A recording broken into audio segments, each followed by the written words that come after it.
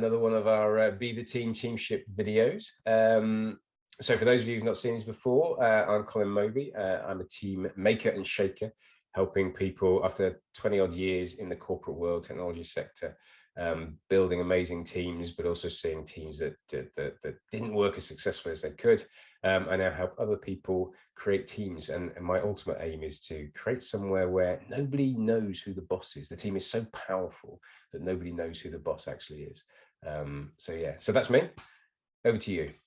Yeah, I'm Tasha, and I'm a neuro-linguistic programming master practitioner, and I help people create and manage change. And today we're talking about no one wants to work with robots. So Colin, how are you? I am good, thank you. Standard response. Yeah, standard absolutely. response. The problem with this video is going to be that I love robots. As a geek, I love robots, but absolutely nobody wants to be treated like one, because to be fair, even in films, TV, books, they don't get treated well. So we absolutely don't want to be treated as robots. And it's one of the fundamental things that makes us human is this desire for connection, isn't it? It's this something that, we're social animals. We get that. That's part of our history. And even now, we kind of crave that connection with each other. We kind of want to see communication flowing between us, meaning flowing between us. We want to live our lives with real meaning, and not just for us, but for other people. So we're going to dive into that kind of real detail there. Yeah, exactly. We're going to be looking at the difference between fitting in and belonging. And the reason that I asked you, how are you, right at the beginning, and probably some of you who are watching this will see there was a bit of a stilt to that conversation, and it did go a bit flat. I definitely felt it, because what you did, Colin, is what most people do is, yeah, I'm fine, I'm good. And that's where the conversation ended. So during this session, we're going to be working out a little, a few different ways to ask how are you, in some different ways to kind of extend that and to kind of show people that they matter, and try and learn a little bit more about that person, and obviously more about yourself instead. But the ultimate thing that you can do off the back of that is stop asking how are you, and also stop saying I'm fine, because chances are, people will read if you're not fine as well. It's like that I'm fine kind of moment, isn't it? All that non-verbal leakages will start coming out. Absolutely. So we're also going to be doing looking at bringing your full self into work, which some of you, especially looking at some of the poll results that we've had this week, are not going to be so comfortable with. It's at the moment, I think about 56% of people said they're really close knit and they're able to bring their full selves in, and they're happy to share what's going on with other people at work about their family, what's going on for them personally, those kind of things. But actually, that 46% of people have still said, no, I'm not comfortable with that. And this is kind of the thing that we would like to change, isn't it, Colin? It is. I think the place you start, and we'll come to this time and time again, is it's important. If people matter, it's important how you treat people. But what that also means is it's important how you treat yourself. And that means recognizing what's important to you. And if it's important to you, share it, talk about it, make it present. Don't need to go overboard, but it needs to be part of you. And you need to embrace that. You need to be brave enough to be vulnerable with that stuff, but show that. And then that will mean that people see you as a human being, not as a robot, because you are you. You are unique. You are special. So we'll come to that time and time again. But it always starts, we'll talk about the team and we'll talk about organizations, but it still always starts with you, because that's the only thing you really have control over, is how you act and think. So exactly. The whole self concept is brilliant. Yeah, and it's not just about bringing your brave self to the table and being vulnerable. It's showing people how interesting you are as well, and what kind of lights you up outside work, because the chances are people inside work will always also have those hobbies and kind of things that they do. So you can really start building friendships within work. And years and years ago, actually, before I had my first child, it must be about like 18 years ago now, I worked for a company called Celador, and they were the people behind the international division of Who Wants to Be a Millionaire. So we kind of did all the stuff to sell the formats around the world. I think at the moment they're like literally sold that format in 160 countries, and it's been translated into 80 different languages. It's immense. But we did the app, the board games, basically the knickknacks and fancy goods. And I worked with a guy, I was his PA, but wasn't a kind of traditional PA. I was this kind of right-hand woman, as it were. And I remember the interview with him, and I just knew that he was different straight away. Turned up on the motorbike. We just had a chat about life, and I sent him a text message after the interview saying, "Oh, it's really great to catch up with you. regardless of whether or not I get the job, it was brilliant to meet you kind of thing. And basically I got the job.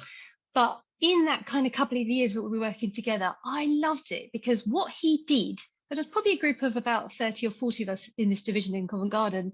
He just made sure that he engaged with everybody. So with finance, with marketing, with the main production side of things. So he was always going backwards and forwards to the studio, that kind of thing.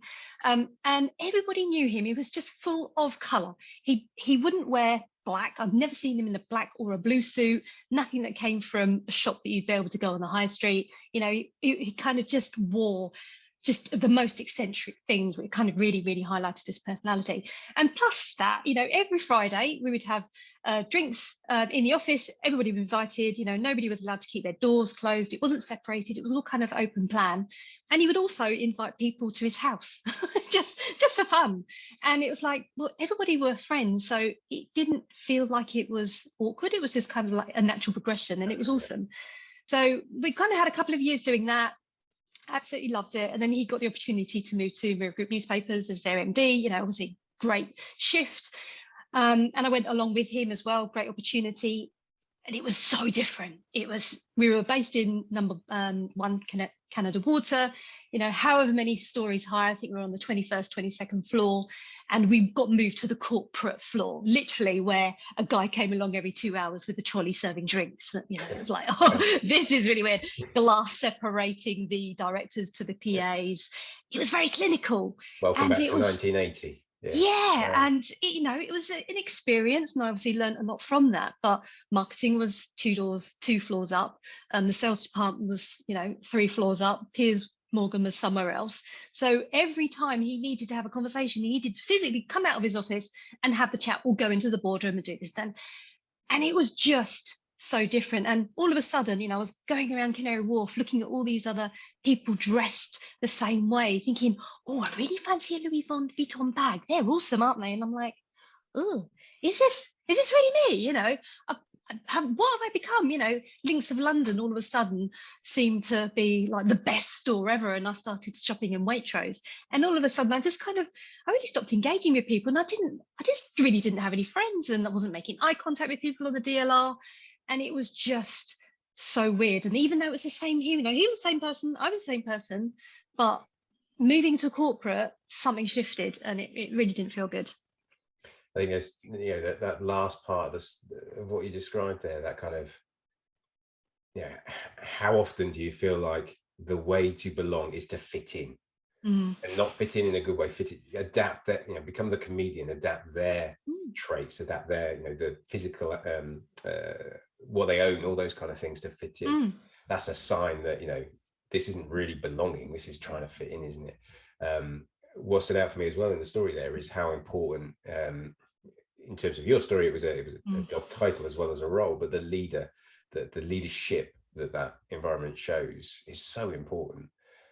To how well you belong, and I think these are the things that are important to people. You know, those conversations you talk about. How often have you had conversations like that make you feel so good, so natural, they're so organic, that aren't really forced or anything like that? All these kind of, you know, and you figure out the boundaries together. You know, how good does it feel when you don't overshare, whatever that means for you, that you're just hitting the right amount of detail, you understand each other's boundaries enough that there's no forced nature there, or there's no uncomfortableness, or if there is uncomfortableness, it's okay, because you go, yeah, you know, you can find a way to diffuse it. I think that's, you know, that's really important. And those environments create productivity. When you have a business spin on it, you know, if you're you know, how often do you avoid asking for help when you're not in an environment you're enjoying? You know, when you just say, you know, going back to the beginning, I'm just fine. You know, that doesn't encourage that type of response, doesn't allow you to go any further, doesn't allow you to see if help's needed, or it doesn't allow them to ask for help. You know, so how often, you know, being in an environment where help is seen as a sign of failure is not good, is it? So yeah, all these kind of so many things you can take from that story. It's a cool story. Love it. So there's been you know, so many, especially with COVID, hasn't it? You know, in the last 18 months, 2 years, or whatever it's been now, I've completely lost touch. COVID for some people and their working environment has been an absolute godsend, because they've been allowed to work around the children. They've been, able to kind of really organize their days productively, and they like working kind of in their own space. But for some, the other guys out there, they're really missing, being around other people. They feel isolated. They feel lonely. They don't even have the space within home. We're lucky that we've got a separate kind of space to work from, but they don't even have that. And we as humans are driven by connection. It absolutely flows through us. And I think, like you said at the beginning, even if sometimes we say we don't need it, we are hardwired for it. So even if we're not recognizing it, it shapes and creates how we live our lives. And to have those really kind of deep, meaningful conversations and connections at work absolutely flows into all other areas of your life. So, if you're not happy at work, then the chances are you're going to take that back home, and it's going to affect everything.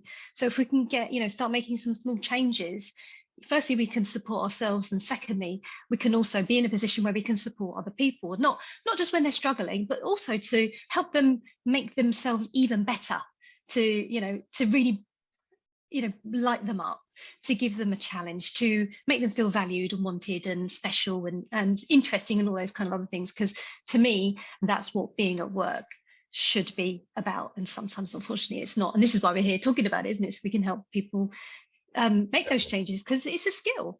It's about recognizing that the driver from this comes from inside. There will always be external factors, like you talked about in earlier, that simple move from one company to another, one building to another, had repercussions. There will always be external stuff. COVID, as impactful as it is, as painful as it is, it's an external thing. There will always, and there will be something else. There will be something else. There will be something else. There's always external factors. If we can find the internal reasons that we want to belong, the internal feelings, if we can respect the internal feelings we get from belonging, that we get from belonging with this specific group of people or not, and therefore have to make decisions on that, then you start to be in control of that belonging, of you're being a human being and not being a robot. A robot just complies. A robot, I love my it's not quite a robot, but it's not far off, but I love my Amazon Alexa. But if it breaks, I'll just buy another one. It's interchangeable. And when it does a task, it does the same task to the same quality every single time. And when I ask it to play Radio 2, it plays Radio 2. It doesn't question it. It doesn't challenge it and say, do you want to try something else? It just gets on with it and does exactly what it's asked to do. And that's what robots do. And, when it doesn't get a choice to upgrade, it just gets upgraded when it needs to upgrade. It's boring. I love it, but it's just a simple part of my life. But being Alexa would be it does a task. It would be boring as hell to be Alexa. And that's not, we are not robots. So, it's more fun, it's more exciting, and that needs to come from inside us. We need to stop waiting for the outside. I would see things on social media, or I'd speak to companies and say, once COVID's finished, it'll be all right. No, stop waiting for it to finish. You have the opportunity now. That doesn't mean it's easy, but there are still ways that you can create these senses, you can belong, there are ways of doing it, particularly this day and age with technology. There are some amazing things we can do. And that underpins what we're doing, isn't it? Because getting closer to your team will absolutely smash all your goals. So whether or not it's a well-being goal, a KPI, a sales target, a communication target, a culture, identity, whatever it is, but getting closer to your team smashes all of those goals, doesn't it? It does. We'll talk about it more in another session, but the fundamental reality is doing the decent thing, creating an environment like this, being part of an environment like this, improves the bottom line. And that makes you feel better, which improves your wellness and so on. So there is massive benefits in this stuff beyond just being a decent human being. But that also means, the hard thing about people mattering, saying people matter, living a life at work where you truly believe that people matter, is that the market still hasn't evolved to the point where it sees that. It doesn't see that people matter. From the outside looking in, it doesn't see that people matter. It just sees the bits of the business. It sees leads, sales, marketing number of transactions, all those kind of numerical that are still based in the financial world. So if you want to see the results of people mattering and the connections between people mattering and those bottom lines, you have to work hard to see it. I'm smiling because my brain's just leaped to the Avengers. There is no better example of people mattering than the Avengers, and I'm a geek, so I'm going to lean into the superhero example. They are not a carbon copy of, every superhero in the Avengers is not the same. They do not turn up and have the same powers and fight the same villains every day. They're actually encouraged to be themselves. That diversity, that blending of all those superpowers together is encouraged. They still work on their individual talents. They have their own spin-off films, they have their own comics when they want to do their own thing, and some of them make cameos in them and stuff, so they still call for help. So they still, as an individual, they're not ignored. They're still valued as an individual, but they create their own way to grow and evolve with the team. When they feel, they've had arguments, they've had breakups, when they feel things are meaningless, they challenge them. They do that in a way that feels safe to them. They speak out. They absolutely speak out, and they're proud of where they work. They've got towers with the blazing Avengers symbol on it. I'm sure they've got lots of merchandise and make a lot of money off those deals, but they're proud of where they work, what they do. They're allies and supporters of each other, but they also challenge each other. They know they matter, and they know respect. The Avengers would be nothing without its people, and a company is made of its people, and it is nothing without its people. So for people to matter, you need to understand that no person is worth more than any other, irrelevant of job title, the salary they earn, the skills they've got, the superpowers they've got. No one is worth more than anybody else, and that means every single person deserves respect. And that goes beyond just the team. That goes beyond just the organization. It's every contact with every person. So quite often you see companies talk about their customers. We need to treat our customers well, all that kind of stuff, which is, it needs to flow into that. Because if you're not treating your customers well, you're probably not treating your team well. But it also means the stakeholders, the vendors, the partners, the other people you connect with, and they're quite often overlooked. We treat our people well, we'll treat our customers well, but we won't treat our vendors well. We'll try and get as much as we can out of them at the lowest possible price. Well, if that's your attitude with them, I suspect some of that's bleeding into the way you treat exactly. There's a massive clash of values, isn't it? If people matter, people matter. Full stop. There's no other way to look at it. Yeah.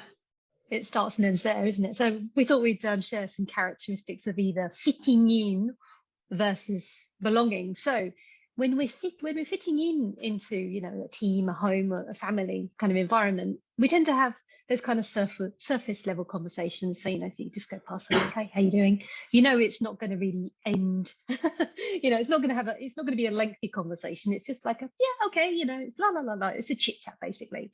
When we're fitting in, there's really kind of no interest in people's lives beyond the end of the Zoom call or the Teams call or whatever it is online, or leaving the physical office. There's kind of like work, there's home, and there's a big line in between. When we're fitting in, you really become a robot, living the sort of, like you said before, that groundhog type of day. You get in, you do your emails, you make a drink, da da da. It's regimented. You kind of become that person, and every day is the same. There's no separation, and there's no fun and colour. And then sometimes when we fit in, we pretend to think the same, to act the same, to behave the same way as other people around us, because we feel that that's what's needed for us to be accepted, really. Sometimes what we do is that we pretend that everything's fine when it's clearly not. And, that can be at work, home, family, but that pretense is always going to have a leakage. And one of the presuppositions of NLP is you cannot not communicate. So even if you are saying that things are fine, the chances are your eyes, your body language, your breathing and everything else, and the way that you act will leak out it's not fine. So never pretend it's okay. And what happens when we try to fit in is in organizations, people, when there's a problem, they just get sent straight to HR. Oh, well, we've got a policy and procedure for that. So there you go, off you trundle. It's nothing to do with me. It's that kind of mindset. Whereas, when we belong at work and home and all those other lovely places, we do have those more involved deeper conversations. And I'm not talking about, feelings and emotions and kind of all those kind of things all the time, because like you said before, Colin, it's about being appropriate. Also reading the signals when you think, oh, actually I might said a bit too much, and going, oh, actually I need to back off now.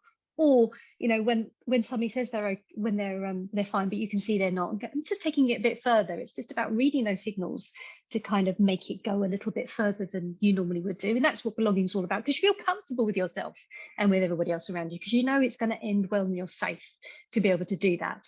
When we belong, we've got an awareness and interest into that full person. You are actually giving that person your full and undivided attention. When I ask somebody how they are, I'm not just kind of asking them for the sake of it. I am genuinely interested, and people can tell that because every fiber of my being is involved in that conversation. I love a bit of eye contact, and not too intense, and I do look away just to kind of break it up a bit. But people can tell when you're absolutely interested, and that's a skill, because that's all about bringing yourself into the here and now, forgetting about what you're having for dinner, what else you've got on your task list, and all that kind of other stuff, and actually really listening and enjoying those kind of moments of silences and asking those questions that might take that conversation into a very nice space where you can really build friendships as well. And when we belong, we're able to bring our full selves into the office. It's not about dressing a certain way, acting a certain way, leaving, really important parts of a personality outside the door.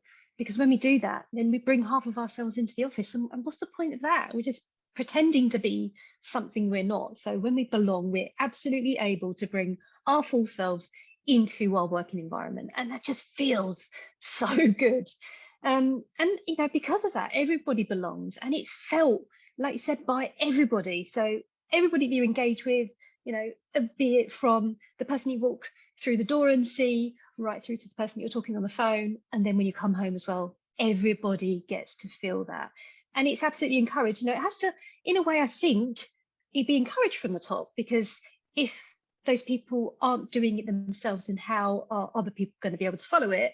But also what we can do, is encourage everybody to do that, because it is contagious. It's not COVID, it's a good contagious, it's infectious. And when we feel comfortable with ourselves, then people also do that. They mirror us in what we're saying, what we're doing, and how we're behaving, because actually that went really well, and that conversation was really nice, and they said this and nothing bad happened, and actually it was really good, because it was actually what I was thinking as well. And it's kind of, this is the difference between fitting in and belonging, isn't it? It absolutely is. And what really stands out from what you were describing is belonging is a skill. It's not something that you decide we're going to have, and then you write a policy, you put a poster on the wall, and you turn up the next day at work and you all belong. It's a skill. You don't go from 0 to 100 overnight. You build, and you figure this stuff out together. And underpinning a lot of what's required is feeling safe enough to do that. Is feeling safe enough to take risks, to explore those boundaries. It's not about, okay, so what we need to do tomorrow is come into work and just all be happy and accepting, and just all hug each other. It's what do you guys want? What would allow you to belong as a unit, as a team, as a group? What would allow you to feel like you belong? Start doing some of that stuff. What works, do more of. What doesn't work, do less of. And just keep experimenting with it, keep playing with it. That's how you figure this stuff out. There will always be people who go slightly too far, but if you're working together and you're comfortable together, you go, okay, we need to ease back on that as a group. Exactly. What went well. Okay, cool, that's fine. And you figure that out. And if you keep doing it, you reckon it's not that there's something wrong with you. Apologies. It was my father 5 minutes ago, and that was my mother just then. So I'm clearly I've never been this popular. But you figure that stuff out together, and you decide what works for you, and it's contextual. You don't have to be. If you discover that you love talking about your interests, like me as a geek, you love talking about the new Spider-Man trailer that came out today. You don't have to talk about it every day. If it gets to a point where like, what, can we just take a breather from the superhero stuff? Yeah, that's cool. Yeah, that's cool. What do you want to talk about? Or let's talk about nothing. Or let's just get heads down and crack on. Again, we all have days where, you know what, I love my team, I love spending time with you, but I just need today. I need a rest, or I need a break, or whatever. That's cool as well. And it's that's belonging. Belonging is not doing the same thing and having to act a certain way is not belonging. That's again coming down that robot. So you figure it out, and what works for you as a unit, that's what works for you. Like you say, that I love the word encouragement. Let's encourage each other to figure this out together. And we're not robots, which is great, because we as humans, we've got beliefs. And the beliefs are the things that we have picked up from the word go, and depends on what your beliefs are in that, you know, it could even be in from the womb. But people around you who have shaped you, your parents, the people who've looked after you growing up, the people at school, the people who surround you at work, your home, your family life, your friends, those people have shaped your beliefs, whether or not you're even aware of it. So the brilliant thing is, with these beliefs, you can actually, right, okay, I'm just going to run through a few of them anyway, so we come up with a few. So when it comes to being at work and bringing your full self, or whatever it is about coming to work, do you believe that in order to be part of a team, that you must agree to everything and thereby, you know, make each other's happy? And I think you did a post on that this week, didn't you, actually? Even when you completely agree, do you believe that that's what you have to do? Do you have to, in order to remain part of that team, agree just to keep the peace? Is that one of your beliefs? Do you believe that it's good to separate your work and your personal life? You know, there's no rights or wrongs here. Do you believe the higher up the work ladder you get, the more you'll be respected? Do you believe that your job defines you? Is it a massive part of your identity? It's the only thing that makes you who you are? Do you believe that working extra hours improves your chances of promotion? Is that what it's all about? And maybe, do you believe that asking for help at work makes you look and feel like a failure? It's like maybe you can't do something and you should know it because you've got that job title, and something must be wrong with you if you're asking for help. These are some beliefs that I'd really like you to start challenging in them if you believe them. Because like I said before, you know, these beliefs, there might be some there that you've inadvertently picked up and you don't even know that you're carrying them. And now is maybe a great time to write them down and go, actually, this is really working for me. I'm going to carry on believing it because it's doing what I need it to do. But the chances are, and there's probably a really big chance here, is that some of those beliefs don't belong to you, and therefore you can get rid of them, blast them away, and start bringing in some more helpful beliefs so that you can live your life in a very different way and create some helpful beliefs that are going to help you and everybody else around you. Yeah, some of those beliefs still hit home with me. You know, they're not beliefs I have now, but I recognize there's probably echoes of some of them. But I recognize some of those, that the higher up the work ladder you get, you know, it's such a common one. And you know, I spent a bit of time in, you know, justifying some of that. You know, well, the higher up you get, the more respect I will get. Therefore, I can make a bigger impact. I can make bigger cultural changes. I can do all this stuff. At some point along that you start to lose who you are with those beliefs. They're not your beliefs. If you've adopted them for the wrong reasons, irrelevant of the intent, then you will become somebody that you're not. And I think, you know, I'm sure a lot of people will listen to those and gone, oh yeah, I'm doing that. And again, it's not that they're right or wrong. If it's working for you in context, that's fine. But yeah, it's worth getting curious about those things. Love it. Definitely, so what else can we share with people that will be useful to get going with this concept of people mattering and creating a sense of belonging that will work in a practical way? What's some quick things we can think of to get them going? Well, for me, I mean, this is what I do every week. You probably can't see it here, but I've got a pad next to me. And at the beginning of every week, I've got a list of the people that I'm going to connect with. And it's all about writing them down for me, because that really works. There's a great power in actually writing it down rather than being in my head, because most of these thoughts I have in the day, and then at 10 o'clock, 11 o'clock at night, when I'm just going to sleep, they all pop into my head again. And then I'm like, I really remember that in the morning. And of course, I never do. And also to set times in my diary. And even though I work from home, I have a break in my diary every day between 12 and 1 to have lunch and to also connect with people. So for me, and the kind of skills that I teach other people to do as well, is to actually physically make that happen, because intentions are great, but intentions will stay an intention unless you make it into an action. And by carving out the time, making it a priority, and having a list of people that you want to connect with, that's what actually changes the behavior, not the actual thought. So writing it down, turn the thought into an action. So that's a great way of doing that. And it's having that kind of ritual as well about, how long does it take for you to do something, how many times you need to do it in order for it to become a habit. Well, once you start doing it many times, and it's also at the top of your values list, so therefore it's the thing that you're going to do without fail, everything else doesn't matter. As long as you do that thing, then everything else kind of works. So create a ritual around that. What do you think? Love a ritual. I remember working with a team last year, and they were, during COVID, was, I really miss the coffee run, where go to the kitchen and we you just catch up with 2 or 3 people, usually the same people, because we synced our coffee runs. I miss that. Okay, well, why don't you book that in? Well, not booking that in and doing that, that's a bit formal, isn't it? It was like, well, was it completely spontaneous before? Well, oh yeah, if I wanted a coffee. So what, completely different? No, usually between 10, half 10. Okay, so why don't you try having a Zoom room with your team that's open from 10 till half 10, called the Go Make a Coffee room. And if you're in the mood, you just dial into that room while you make, I've got a coffee machine in the corner of the room, while you're making a coffee, make it, just chat openly about the new Spider-Man trailer or whatever, just say, what coffee you got? Just ritualize.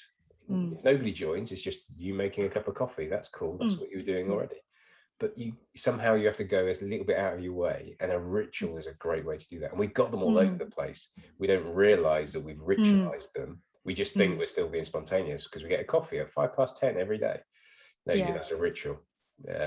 So find a way to recreate that feeling of the ritual, and use technology or be creative. It can or get outside, absolutely. It doesn't have to be a Zoom, it could be a walking talk, just even getting outside for 5 or 10 minutes and having your drink, especially this time of year when we're low in vitamin D from the sun, even though today it's gloriously sunny.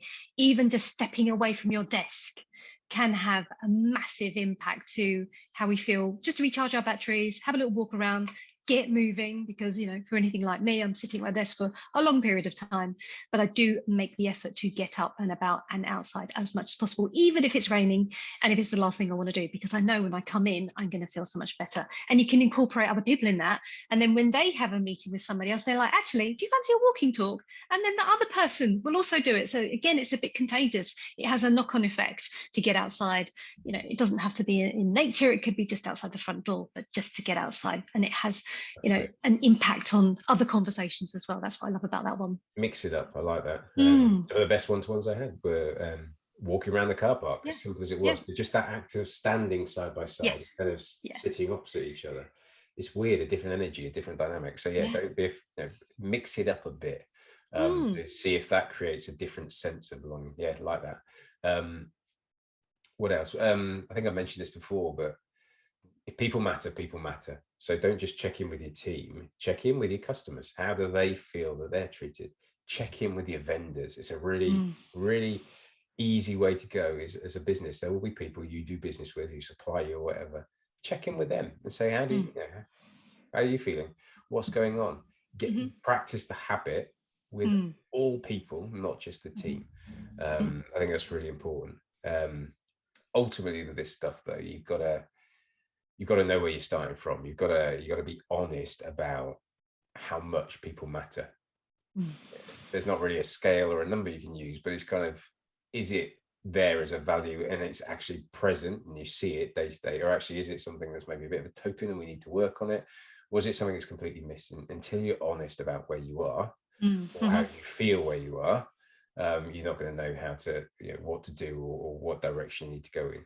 And if you're a leader, you may have some power to do stuff about that. If you're a team member, you may also have power to do about it, but you also have the power to decide whether you want to stay in that environment or go somewhere where people really does matter. Ultimately, people mattering starts with you. So, you're taking care of yourself. That's a good place to assess. If you're taking care of yourself, you probably are somewhere where people matter. If you're not, you're going back to that pretending. If you're pretending, it's probably not as apparent that people matter as it could be. So it's amazing how many people do it though. Yeah, it's incredible. And, life is complicated. There are times when, Yeah. for various reasons, we do fall into certain patterns. And again, if you're honest about that, you know what, for the next week, we've got a deadline coming and we really need to hit this. We need to put some stuff to the side. We need to get going. We need to recognize that tensions might increase, or we need to work extra hours. If you're honest about that, and it's for short periods of time, then actually, again, that's belonging. That's, it's not about working in the perfect environment. Purposeful. It's about belonging. And you all understand that. But if you pretend it's not, and this is how we work, and come on, this is how great teams work, blah, blah, blah, blah, then you're just fitting in. Go back. So we need to do that. So ultimately for me, need to be honest about where you're starting from. Yeah, absolutely. So when it comes to language, because obviously that's a big part of neuro-linguistic programming, because linguistics is all about language and yes, the lovely non-verbal stuff, but the use of language. So we thought it'd be super helpful for you guys, whoever's watching this, if you want to start having some different kind of conversations, with people at home, work, wherever it is, the person in the supermarket, because that's what I do. My daughter, who's 17, said, Mum, why do you always chat to the checkout ladies? I said, because they tend to say, nobody's actually asked me how I am today, and actually meant it. Because, they're putting all the things through, it must be a bit robotic-like. And I think, well, they're people and I'm interested, and it kind of uplifts them and it makes me feel good. So why wouldn't I? But these are kind of some options that you could do that ask instead of how are you? So maybe instead of how are you, you could say, so what's changed the last time since we chatted? And the chances are they're not going to say, yeah, I'm fine, everything's good.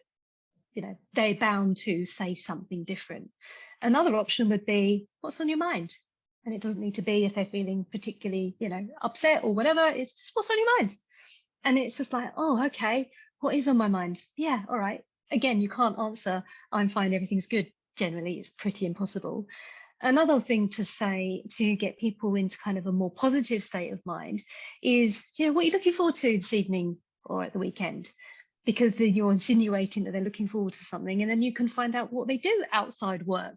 And obviously it's up to them whether or not they want to share that with you. But it takes them into a more helpful space, especially if they're becoming a little bit mood hoover-like, a bit fun spongy, moaning about the situation, they're banging on about it, and you want to be empathetic and nod your head, but also you want to help them get out of the situation and also feel good yourself. So that's a really good question to ask instead. Another one is, if you're really sensing that something isn't right and you want to do something about it, you could just say that I can see something's not right. Do you want to talk, or do you need something else? What do you need from me right now? And they might just say, look, I just need a bit of time out, like you said earlier. I need some space today to get this sorted, or I'm having a few issues at home, whatever it is. But you can say, look, I noticed that something's not going well, or something's not quite right. And you can actually just use it like a bit of an elephant in the room, really, and just say, I can see that things aren't good. And they might not want anything, but the fact that you've recognized it, you might be the only person who ever says that to them, but you could also be the person to make a massive impact in that person's life and make it, make something that's really not great into something that's much better for them. So, I'm a big believer in really engaging and being there for somebody, because you never know what that might do for that person. And I've been on the receiving end of those kind of conversations, and it makes a massive difference. So and also, when somebody asks you how you are, stop saying I'm good, I'm fine, everything's okay. Explore it, open it up a bit, say something different. Absolutely. Don't blend into the background, but just being seen and acknowledging. I love Ted Lasso. It's one of my favorite shows ever. And he constantly says, when somebody opens up to him, or he's asked a question and he hears what they're saying, I hear you, I see you. Yeah. Acknowledges that, appreciates that. And there's something powerful in just in that statement. It cuts through all that crap about how are you, I'm fine, which is just rote. It's just a robotic response, isn't it? You need to don't need to get into detail. You just need to show exactly. Actually, I see and hear you. I love that last one. Yeah, brilliant. Yeah, exactly. So that feels like we covered quite a lot. Yeah. So we covered what happens when we fit in or when we belong. We've had a little bit of a belief checking exercise, so it'd be interesting to see what people start, maybe sharing with us off the back of that. We kind of looked at some practical skills for people to ask, how are you, in a different way. So coming back to my experience at Celador, and then moving across to Mirror Group newspapers, even the CEO was, on the same floor of us, but also behind, it seemed like she was behind a massive vault. We were lucky if we even just got a glimpse of her, really. Wow. And she really separated herself from the rest of the team.